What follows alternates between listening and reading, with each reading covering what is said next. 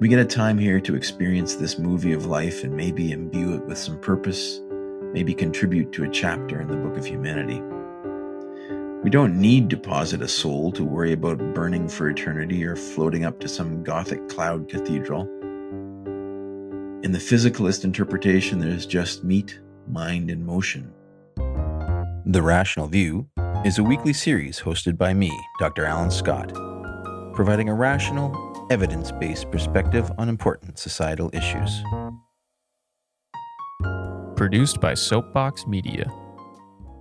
The world needs evidence-based public policy now more than ever. Making the right decisions should not be partisan politics. Please help spread The Rational View by going to patron.podbean.com/The Rational View. Together, we can make a better future. Hello and welcome to another episode of The Rational View. I'm your host, Dr. Al Scott. Life is chaotic right now. People are worried. All you hear on social media is conflict and crazy.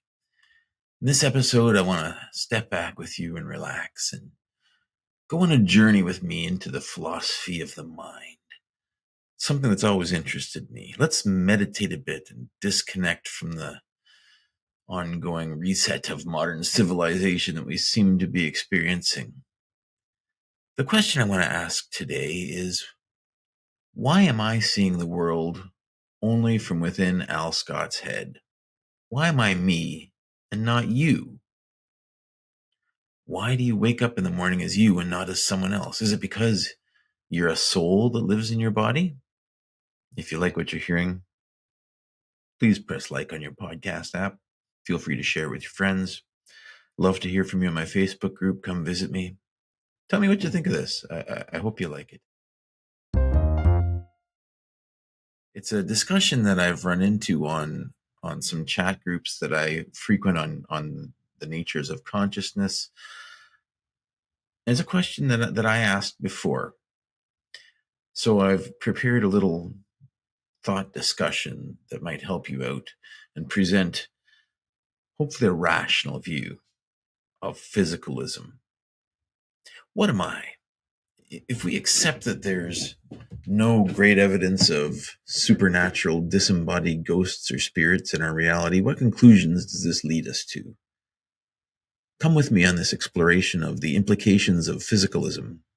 Physicalism is the idea that everything we see, everything in the universe is rooted in physical law. There are no supernatural things like spirits or souls that interact through non-physical means with the universe. The question I want to tackle today, and as I say, I've heard it again and again, is why am I me and not you? Now, to me, at this point in my journey, this seems like a silly question. You were born as someone else. That's why. Why do people ask this question? I used to ask this question too. And I think, coming from a religious background with all the beliefs and spirits that come from that, it's easy to have this question appear to your head. But thinking deeper about our best understanding of physics and reality and the implications of a purely physical theory of consciousness leads us to some very interesting conclusions, which I hope you'll be able to follow with me. And maybe you disagree. Maybe you're shaking your head. You're saying, no, this is a great question. I've asked this myself. And I was there. So I'm not going to look down on you for asking it, because I think that it's not a great question. So firstly, there's a lot of assumptions behind these questions that need to be unpacked. And this is the process of science, is being able to ask the right questions. More than anything is finding out, that question just doesn't make sense, or it doesn't have an answer. So let's unpack some of the assumptions. By asking, why am I me and not you? I'm presupposing that my experience, my essence, could somehow flit from body to body as a disembodied spirit. In that case, the questioner is assuming their spirit would take on the identity of the other person and have access to their memories. And this is something you see in the ideas of reincarnation, for example. But they would be able to experience from the other person's perspective. But this is self-contradictory in itself, and it really collapses down the whole idea. What defines your conscious awareness as yours. For you to be you, you would need to remember being someone else. From what we know about neural networks and brains, your memories are what make you you. So for you to jump into someone else's head and take on their memories and their experiences, you're them. You're no longer you. You've lost your identity of being you. We just posited by switching bodies, your awareness got a whole new set of memories. So we've reached a contradiction in this thought experiment. If your awareness were in the other person's body, in their brain, it would have their memories. So it would be them. It wouldn't be your awareness. In fact, this realization suggests to me that awareness has no identity. Awareness is fungible. Awareness in and of itself is not you. What's you is your memories. What the question of why am I me and not you is actually asking is simply nonsensical. It's asking, why is the being composed of Al Scott's memories and neural network located in Al Scott's body? I mean, let's flip this question on its head. What if we ask, why does Al Scott see out of Al Scott's eyes? Well, who else could? If Al Scott's memories are associated with Al Scott's brain, then whatever consciousness is located there will think it is Al Scott. We're defined by our memories. It seems tautological to posit that consciousness alone, without access to memories, cannot include identity. And that's, something that's not obvious to us, surprisingly. If you woke up and had your memories replaced with another person's memories, you would believe you were them until you looked in the mirror. If you woke up with no memories, you wouldn't know who you are at all. You would become a new identity. And we've seen this play out, in amnesia cases and movies about people with amnesia. They don't fall into their own identity. They become new people. They learn about their old identity and what, bad or good things they did. And the old you would be gone or effectively dead. Now, my journey through this mental problem, I was first exposed to the idea of memory defining us through physics, through exploring the many worlds theorem of quantum mechanics. This is one of the weird interpretations by Wheeler that is consistent with the mathematics of quantum mechanics. Quantum mechanics is the most successful physical theory ever. It is absolutely right, but nobody truly understands why. It's been verified to the most significant precision of any theory out there. The problem is there are no macroscopic analogies that we can wrap our brains around that act the same as the math of quantum mechanics. And that is our best description of the world we live in. In quantum mechanics, there's a wave function, Schrodinger's wave function, and this describes everything. It describes the different observations one can make. And there are often different possibilities or different possible outcomes of any measurement that we make. And these possibilities can overlap in this wave function until the measurement is made. And the wave function represents in some way the probability of making certain measurements, or so it seems from our experiments. But it never tells us what is the one true reality until we make these measurements. It doesn't say the particle is going here, it's moving, and then it's here. It's like the particle can be here or here. It's an uncertain blur, but then we make a measurement, we know where it is again. Every time we look at it, we know where it is, but in between it doesn't exist, which is really a weird thing. Quantum mechanics is the dreams that stuff is made of. You may be familiar with the Schrodinger's cat experiment, the cat in the box experiment. This is where you put a cat in the box with a poison vial and a radioactive decay trigger, has a 50% chance of breaking the vial and killing the cat. And because it's a quantum mechanical event, the cat exists in a superposition of live or dead inside the box. The wave function of the cat is 50% alive and 50% dead. But this doesn't make any sense in the real world. And this whole idea was brought up to ridicule quantum mechanics as wrong. But now it's used as a demonstration of how weird it is. So yes, it doesn't make any sense. The least scary interpretation of quantum mechanics just says, shut up and calculate. The math is right. Let's not worry ourselves about these philosophical issues. This is how you lose your job as a physicist. Well, luckily, I don't have a job as a physicist, and I can speculate and talk to you guys about this. And that's what makes it fun. When we open the box, the wave function collapses with a random probability to one of the two options, and the world goes on. And this is the shut up and calculate theory. Nothing in the theory of quantum mechanics says that this wave function collapse should happen, or how it should happen, or when it should happen. Does it happen when we look in? Does it happen if we shake the box? Now we're working on refining this theory, and there's been a lot of progress made in decoherence and in various things that I'm not going to get into here. But effectively, the concept is the same. The simplest explanation would seem to be that the wave function doesn't collapse, and that these two possibilities just coexist. And this is the confusing interpretation called the many worlds theorem. And it suggests that perhaps the quantum mechanical overlap between alive and dead, or between, particle being here and the particle being here, means that there are actually now a bunch of parallel universes that split during the quantum mechanical event of the radioactive decay or not radioactive decay. And until we open the box, these universes overlap from our perspective, and we don't know which universe we're going to end up in. And maybe that's what quantum mechanics is telling us, that we live in a plethora of universes, and we work our way through them by making observations. So we don't know whether we're going to live in the universe with the live cat or the universe with the dead cat until we open the box. And that's what the math says. See, the math doesn't come with an interpretation guide. We just have to make do with what it tells us. So in each universe, we exist and are totally unaware of the other versions of ourselves, with either a happy cat or a carcass. This process of making a quantum mechanical observation in the many worlds theorem then creates these separate universes in which we made differing observations and continued with our lives.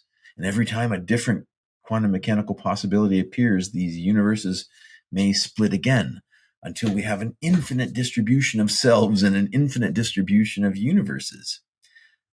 So as I said, the theory is simple and exotic, but the results are far from elegant, in that you have this infinite universes problem now.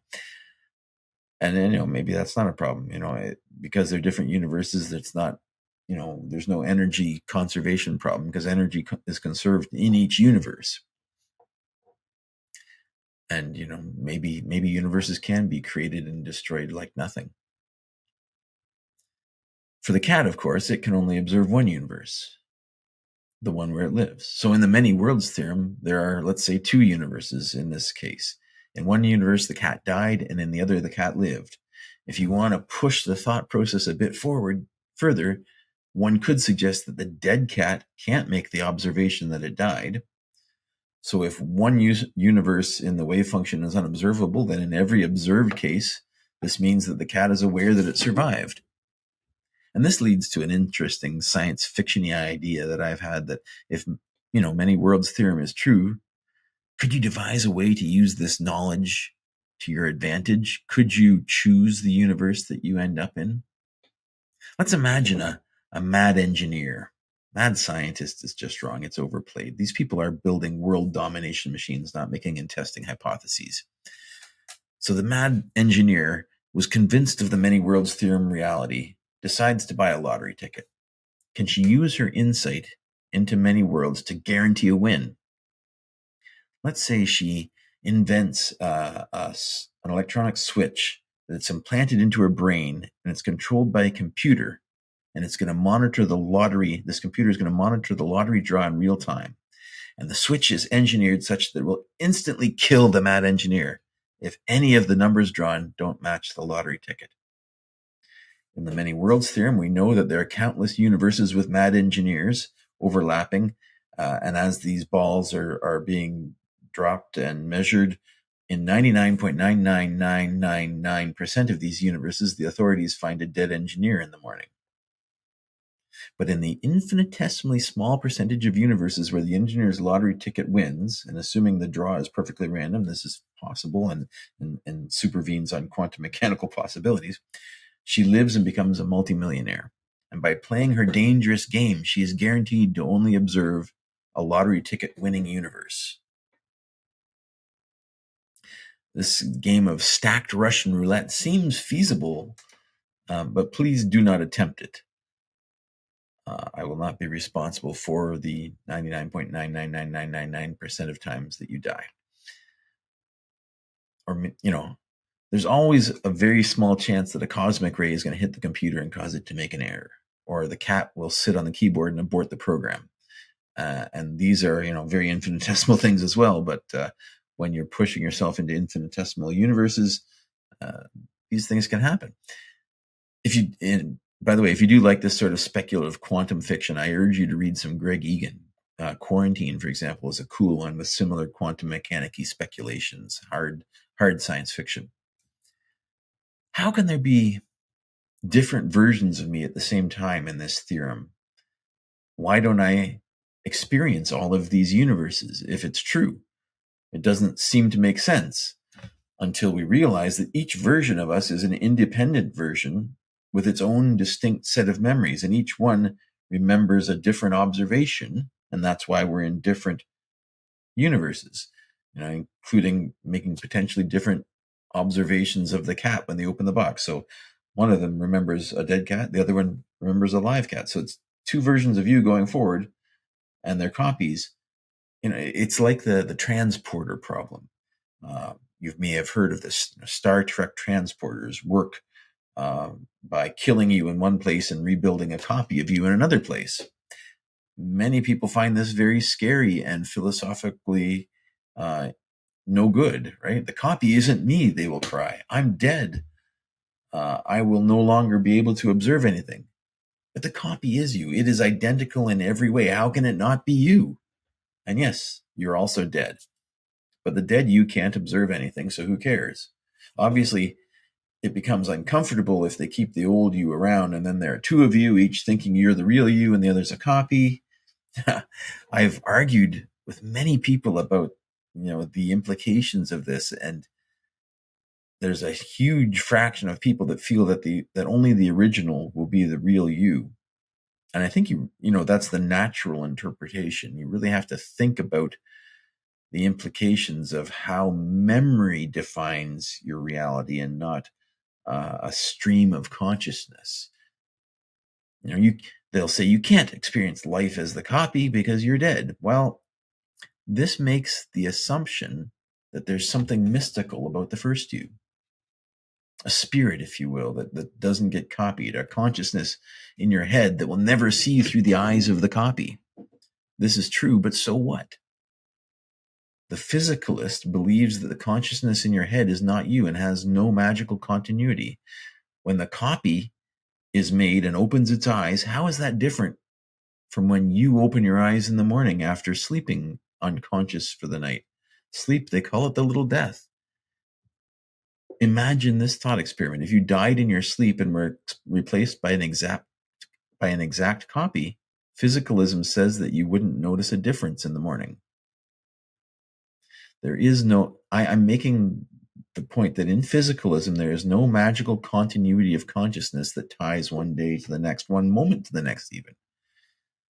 I don't think there's, I don't think consciousness is a stream. Consciousness it seems to be just a set of pictures, that give the impression of motion through time. Because we build up these past senses of where we are and why we're here, and we can maintain these in our brain. We have this feeling of proceeding through time in a continuous consciousness. In my interview with the Buddhist person John Dunn, we talked about how Buddhist philosophers believe that conscious awareness is made up of quanta of short finite moments from meditating on reality. I guess that's not too different from what I'm doing. But I'm trying to, take into this the ideas of science and physicalism. So you need to step away from this mistake of continuity and take inspiration from the many worlds theorem to try to understand what's going on. Each version of you is identical at the time of copying. Now, obviously, we're positing technology that doesn't exist and may never exist. It may not be possible to copy someone identically or well enough to be identical. But you don't even need to be identical. Our bodies are not identical from one moment to the next. Our memories are changing.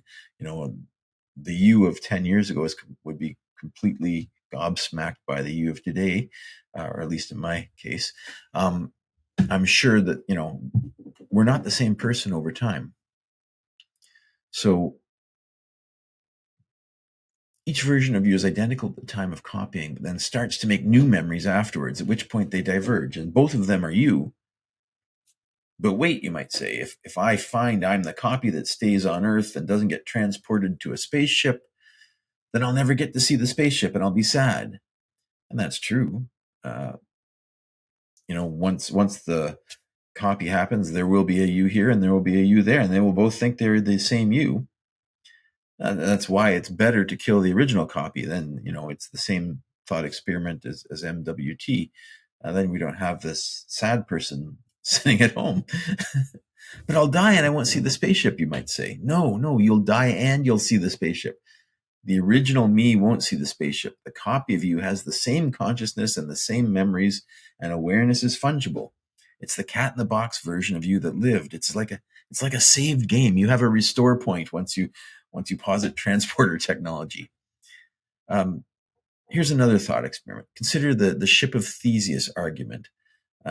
This is the thought that if you replace every board on a ship, is it still the same ship? Well, our cells are constantly being replaced, and over time, you could imagine replacing each cell in your brain with a silicon transistor, for example, and over time, every cell in your brain could be replaced one at a time by identical new cells. When are you no longer you in this development?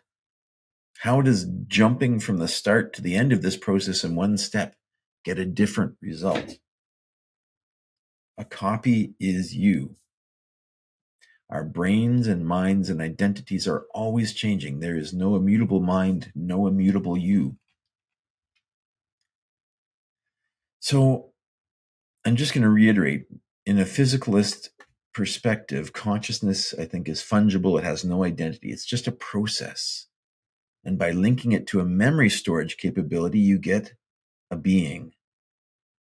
It need not be continuous. We are unconscious every night. In the morning, the consciousness returns and it accesses the memories in the brain that tell it who it is. Consciousness, when added to a set of memories, becomes an identity.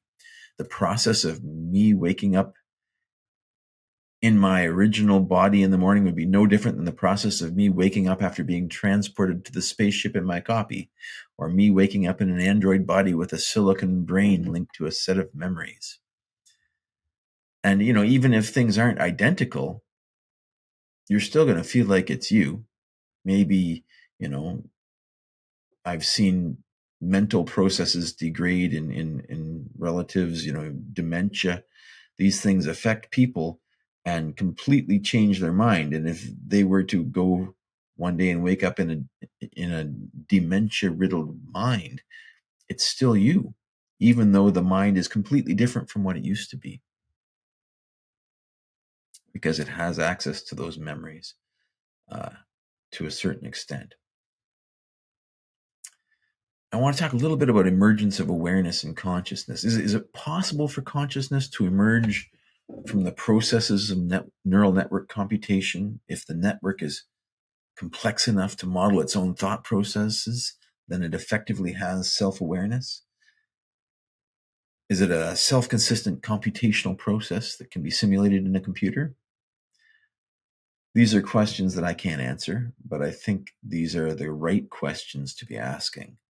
The idea of qualia and why do you experience something? Why is there a perspective and a feeling of things is not something I have a great way to talk about yet. I don't have the right, I can't ask the right questions about that yet.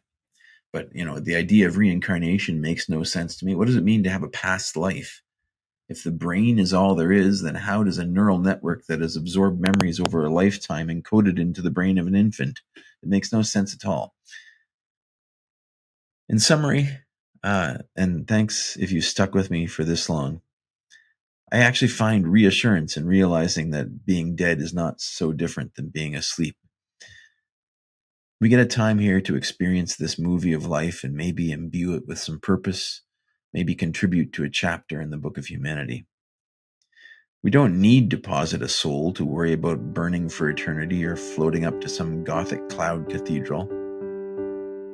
In the physicalist interpretation, there's just meat, mind, and motion, and maybe we scrape enough mud off this clouded window into existence to gain a rational view.